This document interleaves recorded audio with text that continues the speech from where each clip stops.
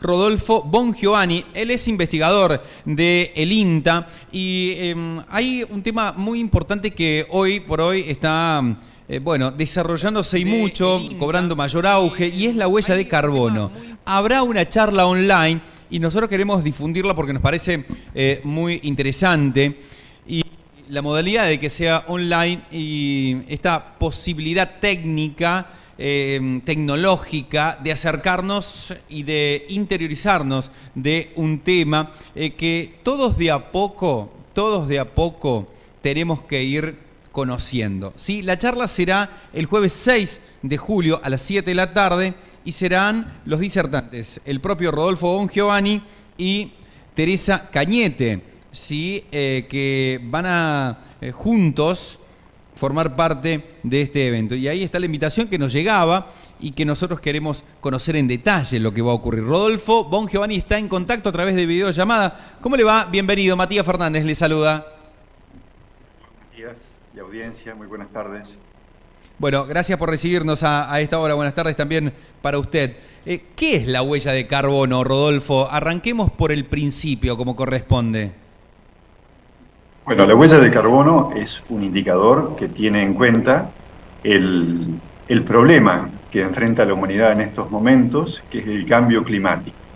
Ese cambio climático se produce por el conjunto de gases de efecto invernadero, todo lo que se emite hacia la atmósfera, forma una capa en la superficie superior de la atmósfera que hace que cuando ingresa la radiación solar, una parte rebota sobre la Tierra, pero otra parte no puede salir de la atmósfera porque toca con esa capa de gases de efecto invernadero. Bueno, al conjunto de esos gases de efecto invernadero es lo que se le llama carbono equivalente. Y lo que se emite desde la Tierra se emite en términos de dióxido de carbono equivalente. Quiere decir que hay un conjunto de gases, puede ser metano, nitroso, hay un montón de gases de azufre, los gases de la combustión, de los aires acondicionados, la quema, todo lo que se emite a la atmósfera se traduce en un valor relacionado o relativo al dióxido de carbono equivalente. Por eso se llama huella de carbono. La humanidad emite más o menos anualmente unos 50 gigatoneladas de dióxido de carbono equivalente. Quiere decir que es un promedio de unas 5 toneladas de dióxido de carbono equivalente por persona por año. Esa es la huella per cápita. Entonces, ya les estoy dando una pauta que la huella de carbono se puede medir a nivel de la humanidad, a nivel de una persona, a nivel de una empresa o a nivel de un producto. Desde el INTA lo que más hacemos nosotros es la estimación de huella de carbono por un producto determinado de una cadena agroindustrial. Una tonelada de maíz, un litro de leche, un kilo de queso, una lata de cerveza que estamos trabajando ahora también, que es un producto, por supuesto, de la cebada.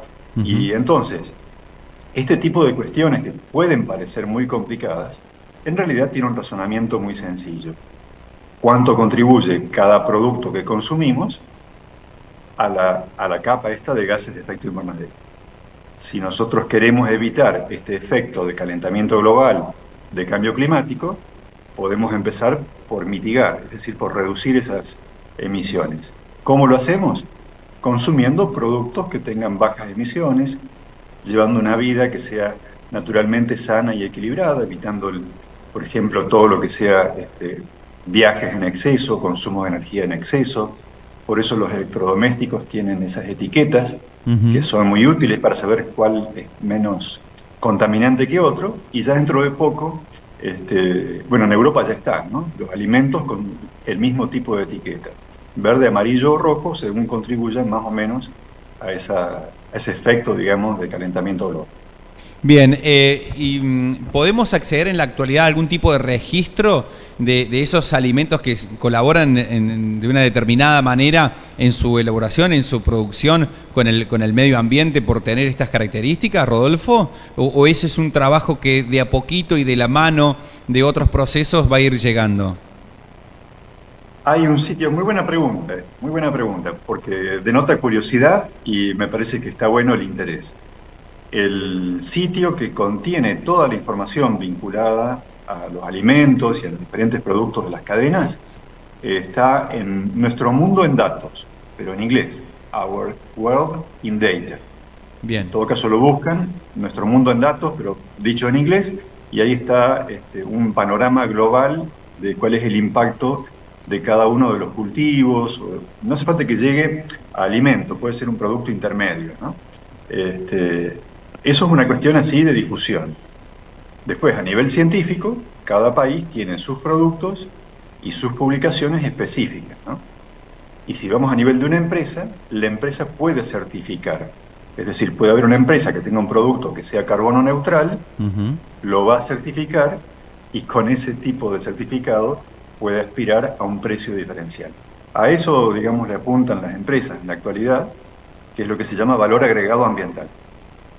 La ley de etiquetado de avance en estos tiempos, digo, marca o señala que tienen que tener impreso en la parte frontal o visible para el consumidor las características, los componentes, los azúcares, en una figura negra. Digo, ahora se le sumaría en un futuro esta característica del producto a la hora de la elaboración y si tiene cuál impacto, digamos, dentro de lo que es el sistema productivo. Vamos teniendo los consumidores mucha mayor información y posibilidad de conocer lo que vamos consumiendo. Eso también es muy interesante, más allá de lo saludable y altamente recomendable, ¿no? Ingerir este tipo de productos. Correcto, estamos en la era del conocimiento y estamos en la era en que los consumidores son quienes determinan el tipo de producción que hay que tener. Así que se viene, en un futuro se viene, además de los octógonos, se vienen las etiquetas verdes que indiquen cuánto emitió por cada unidad de producto o cuánto redujo en sus emisiones con respecto a otro producto alternativo, o en qué medida es carbono neutral, por ejemplo, ¿no? Que eso también sería lo buscado, porque lo buscado es que la humanidad sea carbono neutral, es decir, que lo mismo que la Tierra regenera en emisiones de oxígeno y captura de carbono, sea igual a lo que los humanos emitimos. Eso se espera alcanzar en el 2050, ¿no? Como una gran meta, como un gran objetivo. Por supuesto que si hablamos de etiquetado de los alimentos va a haber que cambiar la ley, obviamente.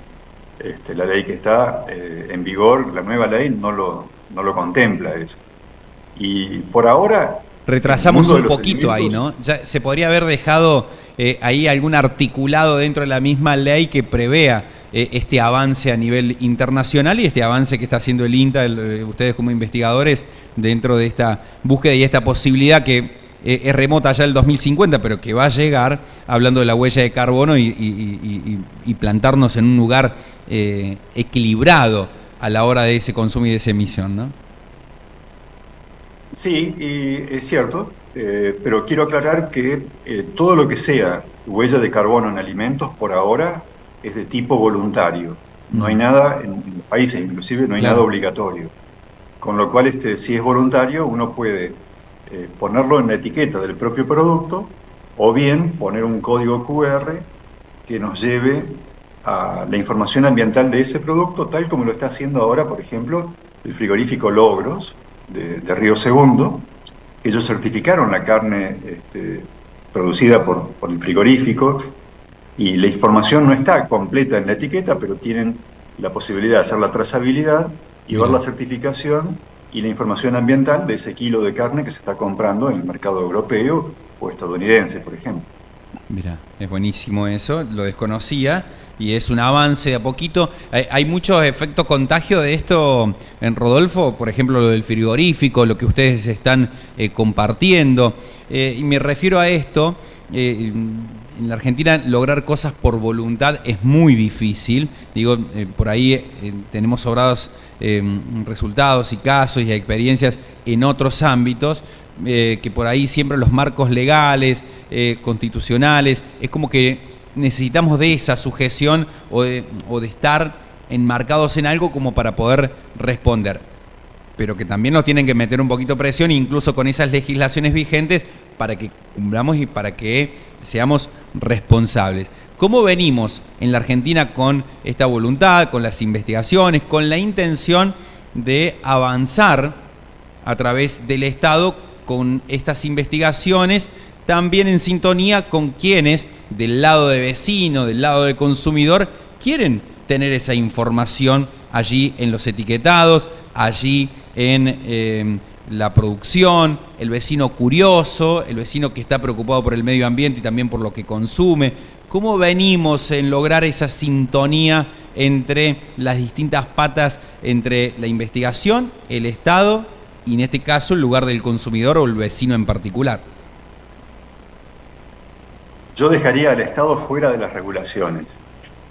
Bien. Yo haría que el Estado solamente se encargue de brindar información neutra, información objetiva. Mirá. Pero que sea el mercado el que demande un producto más sostenible, que va a tener que pagar un precio diferencial o va a tener que elegir un producto, digamos, en lugar de otro que tiene más impacto. Pero eso yo lo dejaría en manos del consumidor. Bien. De hecho, en el mundo se han hecho encuestas y hay un 54% promedio de consumidores que está dispuesto a pagar más por un producto ambientalmente sostenible, ambientalmente de bajo impacto. En Latinoamérica hay algunas estimaciones, que salió hace poco una nota en el diario La Nación, donde habla de un 14% de latinoamericanos que están dispuestos a pagar más por un producto sostenible. Entonces, ya tenemos una pauta, algún indicio, que hacia los próximos años, ese tipo de consumidores, que dentro de los cuales también se encuentran las nuevas tendencias, consumidores veganos, vegetarianos, flexitarianos, hay una serie, digamos, de cambios en las tendencias de consumo, que son los que van a traccionar la demanda. Yo creo más en eso que en una ley. Es buenísimo y está interesante escuchar ese análisis y esa observación puntual por este movimiento, ¿no? Por este cambio que también se da a la hora de la alimentación por el lado de lo saludable también. Y hay espacios muy poco escuchados en líneas generales que seguramente son los que van a marcar un poco el camino a futuro. ¿Cómo hay que hacer para participar, Rodolfo, de esta disertación online que van a estar dando, este conversatorio también? Porque será más o menos por ese lado, esa será la modalidad. Bueno, es una propuesta hay un centro de periodistas agropecuarios, que son quienes están organizando. Hay un formulario Google que hay que llenar y después se participa de esta jornada mediante la plataforma Zoom. Yo todavía no tengo el vínculo al cual hay que acceder, pero si vos tenés la plataforma para poder inscribirse, creo que comienza por ahí. Una vez que uno ingresa sus datos, después les llega usualmente el link para conectarse. Perfecto. Y si es por YouTube, si por algún motivo también se difunde por YouTube, tiene un sistema de chateo por YouTube donde se pueden hacer preguntas y respuestas, entonces también no sé cuál será la dinámica de los organizadores, pero si no es en forma de preguntas en vivo, va a ser por chat.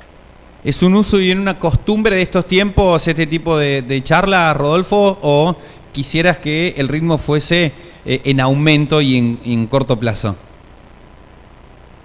Nosotros en realidad hemos multiplicado por 10 nuestra actividad en este tema.